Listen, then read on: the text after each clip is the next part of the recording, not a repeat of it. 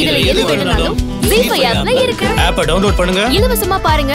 எப்ப வேணாலும் எங்க வேணாலும். ஏங்க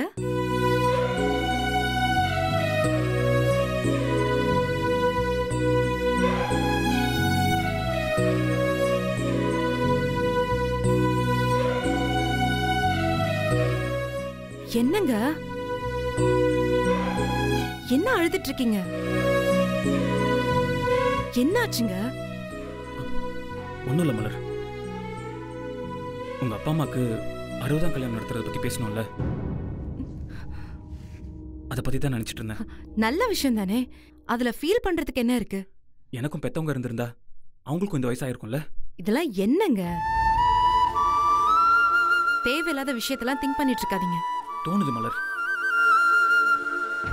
எனக்கு ஒரு சந்தேகம். எந்த தகுதியில நான் அனாதையா பிறந்தேன்?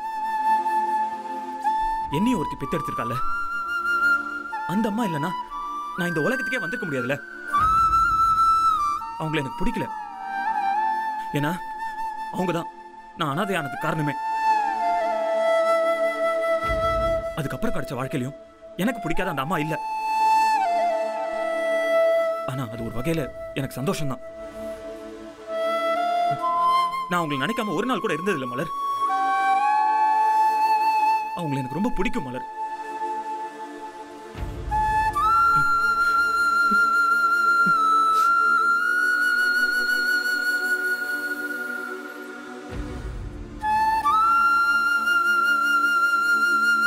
அவங்க இருந்து அவங்களோட என் வாழ்க்கை இருந்திருந்தா அவங்களுக்கும் 60ஆம் கல்யாணம் பண்ணி பார்த்திருப்பேன்ல. ப்ளீஸுங்க. எனக்கு அதிர்ஷ்டமே இல்லை மலர். நான் பிறந்த வாழ்க்கையில அம்மா இல்ல, இப்ப கிடைச்ச வாழ்க்கையிலும் அம்மா இல்ல. சில நேரம் நினைச்சா கிடைச்ச வாழ்க்கை அவ்வளவுதான் தோணுது. சில நேரம் ஏன் இது நமக்குன்னு கேள்வி வருது. எல்லாரும் மாதிரி தான் நானும் இந்த உலகத்துக்கு வந்திருக்கேன். எனக்கு மட்டும் ஏன் இந்த குறை? எதுக்கு இந்த தண்டனை? உண்மை புரியல மலர். நீ ஒரு வகையில ஆசீர்வதிக்கப்பட்ட குழந்தை. அப்பா அம்மா அவங்களோட 60ஆம் கல்யாணம் இதெல்லாம் நடத்துறதுக்கு உனக்கு கிடைச்சிருக்கு. எல்லாருக்கும் எல்லாமே கிடைக்கிறது இல்ல, இருக்கிறத வச்சு ஹாப்பியா வாழறாங்க.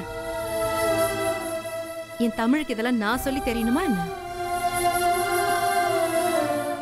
இன்னொரு விஷயம், இந்த கேள்விக்கு பதில் சொல்லுங்க. என்னோட அப்பா அம்மா வேற, உங்களோட அப்பா அம்மா வேறயா? என்ன தலையாட்டுறீங்க? பதில் சொல்லுங்க. இல்ல மலர், அவங்கதான் எனக்கும் அப்பா அம்மா. அப்புறம் என்ன, உங்க அப்பா அம்மாவுக்கு 60ஆம் கல்யாணம், நீங்க என்ன பண்ண போறீங்க? நானே முன்னாடி நின்னு ஜாம் ஜாம் நடத்த போறேன். இப்பதான் என் தமிழ், இப்பதான் உங்களை எனக்கு ரொம்ப பிடிச்சிருக்கு. தேங்க்ஸ் மலர்.